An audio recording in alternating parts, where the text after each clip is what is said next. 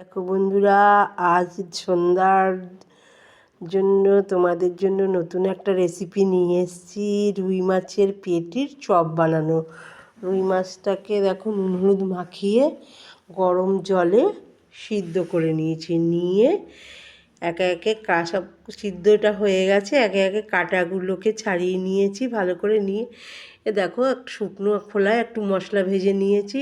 শুকনো লঙ্কা, জিরে, গোলমরিচ আছে, কড়াই বসিয়ে দিয়েছি। দেওয়ার পরে দেখো আলু একটু সিদ্ধ করে নিয়েছি, পেঁয়াজ কুচোনো, আদা কুচোনো, রসুন, কাঁচা লঙ্কা, ভাজা মশলা। এবার কড়াইতে বসিয়ে দিয়ে রসুন আদা কুচোনো দিয়ে দিয়েছি, পেঁয়াজ কাঁচা লঙ্কা দেওয়া হয়ে গেছে, দিয়ে ভেজে নিয়ে হালকা করে ভেজে নিয়েছি। দেখুন লাল লাল করে ভাজা হয়ে গেছে। এবার একে একে মাছটা দিয়ে দিয়েছি, যে মাছটা ছাড়িয়ে রেখেছিলাম একটা একটা করে কাটা, আলু দিয়ে দিয়েছি। দিয়ে ভাজা মশলাটা দিয়ে ভালো করে নেড়ে দেখো এবার গোল গোল করে এবার করেছি। গোলও করতে পারো তোমরা, আমি যেমনি করেছি ওরকমও করতে পারো। দিয়ে পাউরুটি, ব্রেড পাউরুটিকে শুকনো খোলায় একটু গরম করে নিয়েছি। নেওয়ার পর এবার একে একে সব করছি, হাতে দেখো করে নিয়েছি।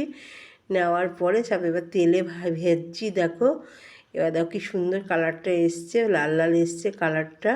এবার তোমরা বাড়িতে করে সবাই খেয়ে দেখবে কীরকম হয়েছে। খেয়ে দেখলে ভালো লাগলে আমাকে একটা লাইক করবে, একটা আর কমেন্ট করে